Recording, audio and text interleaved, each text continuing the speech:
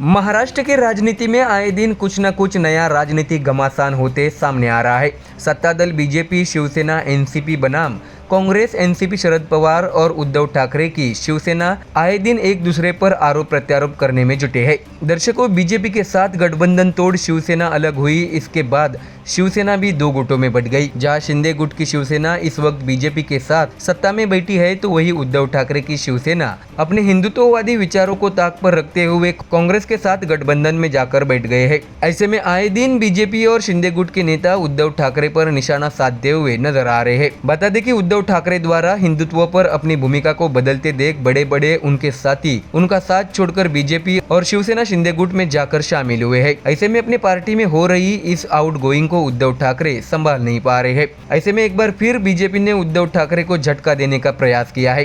क्या है खबर, आइए जानते हैं विस्तार से। दर्शकों, सवाल ये है कि आखिर उद्धव ठाकरे की पार्टी शिवसेना में इस समय क्या चल रहा है, क्योंकि जहां छत्रपति संभाजी नगर में ठाकरे की पार्टी के भीतर की अंदरूनी उथल-पुथल सामने आ रही है, तो वही अब कोल्हापुर से भी बड़ी खबर सामने आ रही है। बता दें कि पूर्व मुख्यमंत्री उद्धव ठाकरे को कोल्हापुर में भारतीय जनता पार्टी से बड़ा झटका मिलने की संभावना है, क्योंकि टीवी9 मराठी ने खबर दी है कि कागल के पूर्व विधायक संजय घाटगे शिवसेना उद्धव बाळासाहेब ठाकरे की पार्टी छोड़कर बीजेपी में शामिल होंगे। दिलचस्प बात यह है कि पूर्व विधायक संजय घाटगे को मंगलवार मुख्यमंत्री देवेंद्र फडणवीस की मौजूदगी में पार्टी में शामिल किया जाएगा। इसलिए कोल्हापुर में ठाकरे के लिए यह बड़ा झटका माना जा रहा है। पिछले कई दिनों से चर्चा चल रही है कि संजय घाटगे भाजपा में शामिल होंगे। विधानसभा चुनाव में संजय घाटगे ने महाविकास आघाड़ी उम्मीदवार का समर्थन करने के बजाय राष्ट्रवादी कांग्रेस पार्टी के उम्मीदवार हसन मुशर्रफ का समर्थन किया था। ऐसे में पार्टी संजय घाटगे के खिलाफ कार्रवाई क्यों नहीं कर रही है, ऐसा प्रश्न उठाया जा रहा था। उस समय संजय घाटगे से महाविकास आघाड़ी के उम्मीदवार समरजीत घाटगे का समर्थन करने की उम्मीद थी, लेकिन ऐसी चर्चा थी कि महाविकास आघाड़ी में रहते हुए भी उन्होंने हसन मुशर्रफ के लिए काम किया। इसके साथ ही विधानसभा चुनाव के बाद संजय घाटगे ने भाजपा नेता चंद्रकांत पाटिल से भी मुलाकात की थी। ऐसी चर्चा थी कि उन्होंने चंद्रकांत पाटिल से भाजपा में शामिल होने की इच्छा व्यक्त की थी।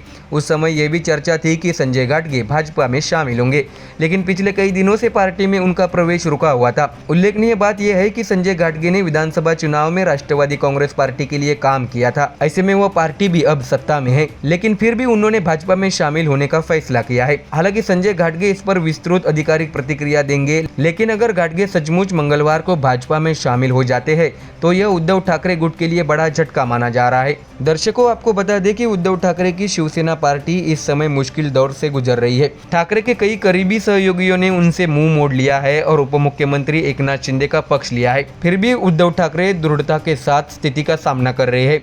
तो वहीं दूसरी ओर छत्रपति संभाजी नगर में ठाकरे के कट्टर समर्थक चंद्रकांत खैरे और विधान परिषद में विपक्ष के नेता अंबादास दानवे के बीच विवाद सामने आ रहा है। ऐसे में पार्टी के बारे में नकारात्मक संदेश जनता के बीच जा रहा है। इसके अलावा अगर कागल से पूर्व विधायक भी पार्टी छोड़ देते हैं, तो ठाकरे को एक और बड़ा राजनीतिक झटका लगेगा। तो देखा दर्शकों, एक के बाद एक राजनीतिक भूकंप शिवसेना यूबीटी पार्टी के लिए होते नजर आ रहे हैं। ऐसे में पार्टी में चल रही इस आउटगोइंग को उद्धव ठाकरे कैसे सामना करते हैं, ये देखने वाली बात होगी। Bureau report, MDR news. Maharashtra की राजनीति में इन दिनों शिवसेना यूबीटी पार्टी को बीजेपी और शिंदे की शिवसेना के नेताओं के ओर से निशाने पर लिया जा रहा है। तो वहीं दूसरी ओर शिवसेना यूबीटी पार्टी के नेता एक के बाद एक उद्धव ठाकरे का साथ छोड़ते जा रहे हैं। ऐसे में राजनीति में अपनों से लड़ रहे उद्धव की हालत काफी हताश और निराशजनक दिख रही है। तो वही उद्धव ठाकरे दूसरी ओर से पलटवार कर बीजेपी और शिंदे पर निशाना साधते हुए अपने राजनीतिक वर्चस्व को बचाने में लगे हुए हैं। दर्शकों, आपको बता दें कि बीजेपी के साथ 25 साल का गठबंधन तोड़ उद्धव ठाकरे ने कांग्रेस का हाथ थामा। ऐसे में जनता के मन में हिंदुत्व को लेकर उद्धव ने अपना रुख बदल लिया है। ऐसी एक ओर से आवाज उठ रही है। बता दें कि हिंदुत्व के मुद्दे पर उद्धव ठाकरे कांग्रेस और शरद पवार के साथ समझौता करते हैं। ऐसे कई आरोप सत्ताधारी बीजेपी और शिवसेना के नेता उद्धव ठाकरे पर लगाते रहते हैं। ऐसे में एक बार फिर उद्धव ठाकरे ने अपने हिंदुत्व पर बात करते हुए बीजेपी पर तीखा निशाना साधा है। क्या है खबर, आइए जानते हैं विस्तार से। दर्शकों, आपको जानकारी दे कि नासिक में पार्टी के एक कार्यक्रम को संबोधित करते हुए बुधवार को शिवसेना यूबीटी चीफ उद्धव ठाकरे ने बड़ा बयान दिया है। ऐसे में महाराष्ट्र की राजनीति में एक बार फिर जंग छिड़ सकती है। उद्धव ठाकरे ने अपने बयान में कहा है कि मैंने बीजेपी से रास्ता अलग किया है, मरते दम तक हिंदुत्व को नहीं छोड़ूंगा। इसके साथ ही उन्होंने कहा है कि मुंबई को लूटा जा रहा है और सब कुछ गुजरात भेजा जा रहा है। उन्होंने महाराष्ट्र सरकार से मांग की है कि राज्यपाल का निवास कहीं और ट्रांसफर किया जाए, राजभवन को शिवाजी महाराज के स्मारक में तब्दील किया जाए। ऐसे में उद्धव ठाकरे के इस बयानों से राजनीति में कई कयास कयास लगाए जा रहे हैं। बीजेपी पर निशाना साधते हुए उद्धव ठाकरे ने यह भी कहा है कि मैं बीजेपी के बिगड़ते हुए हिंदुत्व को स्वीकार नहीं कर सकता। इसके साथ ही ठाकरे ने यह भी जिक्र किया है कि शिवसेना के बिना बीजेपी उस मुकाम तक नहीं पहुंच सकती थी, यानी राम मंदिर बनाने का सपना कभी साकार नहीं होता अगर शिवसेना बीजेपी के साथ न होती। तो वही बीजेपी पर निशाना साधते हुए उद्धव ठाकरे ने यह भी कहा है कि बीजेपी ने झूठी कहानी फैलाई कि शिवसेना यूबीटी पार्टी ने हिंदुत्व को छोड़ दिया है। ठाकरे ने बयान में कहा है कि मुसलमानों ने हमारी पार्टी का समर्थन सिर्फ इसलिए किया क्योंकि मुख्यमंत्री के तौर पर मैंने सभी के साथ एक जैसा व्यवहार किया। ऐसे में बीजेपी और शिंदे की शिवसेना के नेताओं की ओर से हिंदुत्व पर उद्धव ठाकरे को निशाने पर लेते हुए इस पर उद्धव ठाकरे का ये पलटवार था।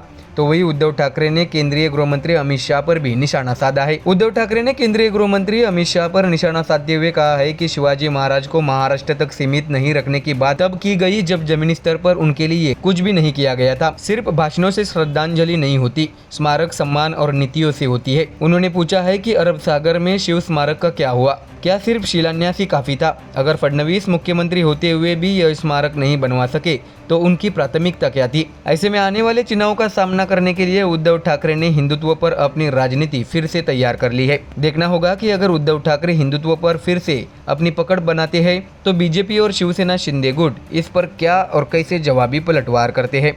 Bureau report MDR news. दर्शकों, देश की सबसे बड़ी दो पार्टियां कौन सी है? अगर ये सवाल कोई किसी से पूछे तो इसका सरल जवाब होगा कि बीजेपी और कांग्रेस। जी हाँ, बड़ी पार्टियां और एक दूसरे के धुरंधर राजनीतिक विरोधी भी। एक जहां मोदी की बीजेपी की पार्टी इस वक्त केंद्र की सत्ता में पिछले 10-12 साल से बैठी है, तो वही दूसरी ओर कांग्रेस के नेता और युवराज राहुल गांधी है, जो आए दिन मोदी सरकार पर निशाना साधते हुए उन पर आरोप प्रत्यारोप करने में जुटे हैं। हालांकि कांग्रेस जो बीजेपी की कट्टर प्रतिद्वंदी है, ऐसे में कोई भी चुनाव हो, कांग्रेस हमेशा बीजेपी का विरोधी पक्ष बनकर चुनाव में उतरती आई है। दर्शकों, कोई ये भी सोच सकता है कि क्या बीजेपी और कांग्रेस एक साथ आकर एक दूसरे का समर्थन करते हुए चुनाव में उतरेंगे? जी हां दोस्तों, ऐसा पहली बार हुआ है जहां कांग्रेस बीजेपी गठबंधन कर चुनाव में उतरने जा रही है। तो क्या है खबर और किस वजह से बीजेपी कांग्रेस एक साथ आए हैं, आइए जानते हैं इस खबर में। दर्शकों, आपको बता दें कि महाराष्ट्र में एक चुनाव में ये संभव होता हुआ नजर आ रहा है। इतिहास में पहली बार कांग्रेस और भाजपा मिलकर चुनाव लड़ेंगे। कृषि उपज बाजार समिति के चुनाव के लिए भाजपा विधायक सचिन कल्याण शेट्टी के नेतृत्व में भाजपा कांग्रेस नेताओं का एक संयुक्त पैनल गठित किया गया है। ऐसे में पूर्व विधायक दिलीप माने, कांग्रेस के कार्यकारी अध्यक्ष सुरेश हसापुरे और कांग्रेस नेता बालासाहेब शेलके ने भाजपा विधायक सचिन कल्याण शेट्टी के नेतृत्व वाली समिति को अपना समर्थन देने की घोषणा की है। दरअसल सोमवार को दोपहर को भाजपा और कांग्रेस नेताओं ने सोलापुर के सरकारी विश्राम गृह में संयुक्त प्रेस कॉन्फ्रेंस कर यह बात सार्वजनिक की है। ऐसे में दर्शकों, पहली बार कांग्रेस बीजेपी एक साथ चुनाव में उतरते देखने मिल रहे हैं। बता दें कि विधायक सचिन कल्याण शेट्टी ने दक्षिण सोलापुर विधानसभा क्षेत्र से भाजपा विधायक सुभाष देशमुख और विजय कुमार देशमुख से भी साथ आने की अपील की है। तो वही पूर्व सहकारिता मंत्री सुभाष देशमुख एक बार फिर निर्दलीय चुनाव लड़ सकते हैं। बता दें कि पिछले चुनाव में भाजपा विधायक विजय कुमार देशमुख के नेतृत्व वाले पैनल को कांग्रेस नेता दिलीप माने का समर्थन प्राप्त था। तो वही दूसरी ओर भाजपा विधायक सुभाष देशमुख विपक्षी पैनल से चुनाव मैदान में उतरे थे। ऐसे में इस बार के चुनाव में एक तरफ भाजपा विधायक ने कांग्रेस को साथ ले लिया है, तो वही दूसरी ओर ऐसी अटकलें है कि भाजपा विधायक निर्दलीय चुनाव लड़ेंगे। दर्शकों, आपको बता दें कि एक संवाददाता सम्मेलन में बोलते हुए भाजपा विधायक सचिन कल्याण शेट्टी ने यह बताया है कि हम चुनाव मुख्यमंत्री के नेतृत्व में लड़ रहे हैं। इसमें किसी दलीय राजनीति का कोई मुद्दा नहीं है। भाजपा विधायक विजय कुमार देशमुख और सुभाष देशमुख दोनों देशमुख हमारे नेता है। हमने उनसे भी साथ आने की अपील की है, लेकिन इतने सारे लोगों के आवेदन करने के कारण निर्विरोध चुनाव करना कठिन है, लेकिन हम ऐसा करने के लिए अपनी पूरी कोशिश कर रहे हैं। दर्शकों, आपको बता दें कि सोमवार दोपहर आयोजित प्रेस कॉन्फ्रेंस में पूर्व विधायक और वर्तमान वरिष्ठ कांग्रेस नेता दिलीप माने भी मौजूद थे। इस दौरान बोलते हुए माने ने बताया कि मुख्यमंत्री ने सचिन दादा को निर्देश दिया है, जिन्होंने हमसे अपील की है। हम इससे सहमत है, इसलिए हमने एकजुट होकर लड़ने का निर्णय लिया है। हमारा लक्ष्य बाजार समिति का हित है। कांग्रेस नेता दिलीप माने ने स्पष्ट किया है कि मैं सहकारिता को लेकर स्वतंत्र निर्णय लेता हूं और मैं आत्मनिर्भर हूं। तो देखा दर्शकों, इतिहास में ये पहली बार होने जा रहा है कि देश की दो बड़ी और एक दूसरे की कट्टर विरोधी दल एक दूसरे के साथ मिलकर चुनाव लड़ने जा रहे हैं। ऐसे में राजनीति में इसकी चर्चा जोरों शोरों से हो रही है।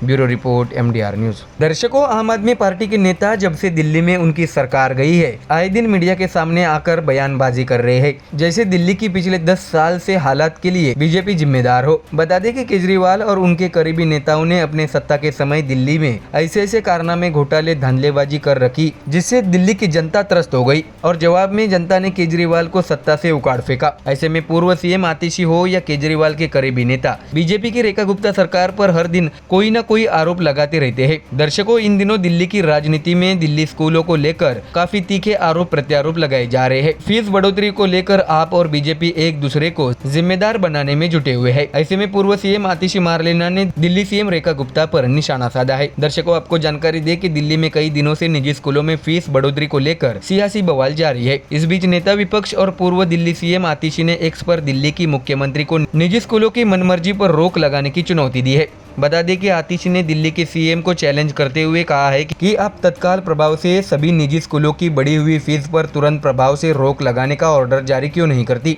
अपने पोस्ट में आतिशी ने कहा है कि जब तक प्राइवेट स्कूलों के खातों का ऑडिट नहीं होता, तब तक बढ़ी हुई फीस लेने की आज़ादी पर रोक लगाइए। आतिशी ने यह भी लिखा है कि अगर CM रेखा गुप्ता की प्राइवेट स्कूलों के साथ साठगांठ है तो यह ऑर्डर नहीं निकलेगा। अगर साठगांठ नहीं है तो जारी करे आदेश। अब आतिशी द्वारा निशाना साधने पर बीजेपी काफी आक्रामक हुई है। ऐसे में इन आरोपों का पलटवार बीजेपी की ओर से जरूर दिया जाएगा। इसके साथ ही आम आदमी पार्टी का आरोप है कि दिल्ली में बीजेपी की सरकार बनने के बाद से निजी स्कूलों के संचालकों द्वारा मनमाने तरीके से फीस बढ़ाई जा रही है। कई स्कूलों ने तो 60 से 80% तक फीस में बढ़ोतरी कर दी है। निजी स्कूल बड़ी फीस को जल्द से जल्द जमा करने के लिए बच्चों के माता पिता पर दबाव डाल रहे हैं। जो पेरेंट्स फीस जमा करने में असमर्थ है, उनके बच्चों को प्रताड़ित किया जा रहा है। इसके साथ ही आम आदमी पार्टी के नेताओं का कहना है कि प्राइवेट स्कूलों की मनमानी के खिलाफ बच्चों के पेरेंट्स सड़कों पर उतरकर विरोध प्रदर्शन कर रहे हैं। आम आदमी पार्टी के मुताबिक बीजेपी का कोई भी मंत्री या विधायक उनकी मदद के लिए सामने नहीं आ रहा है। बीजेपी सरकार की मिलीभगत की वजह से ही निजी स्कूल यह मनमानी कर रहे हैं। बता दें कि दिल्ली की मुख्यमंत्री रेखा गुप्ता ने मंगलवार को कई अभिभावकों और छात्रों से मिली। इसके बाद मुख्यमंत्री का वीडियो सोशल मीडिया पर वायरल हो रहा है। वीडियो में वो अफसरों से निजी स्कूलों की अथॉरिटी को बुलाने के लिए कहती है। CM रेखा गुप्ता ने अभिभावकों को भरोसा दिया कि जो कंप्लेंट्स मिल रही है उस पर कार्रवाई की जाएगी। तो देखा दर्शकों, दिल्ली में एक बार फिर बीजेपी और आम आदमी पार्टी आमने सामने है। ऐसे में आने वाले दिनों में आप और बीजेपी में चल रहे इस आरोप प्रत्यारोप पर दिल्ली की CM रेखा गुप्ता क्या कहती है, ये भी देखने वाली बात होगी। Bureau report MDR news.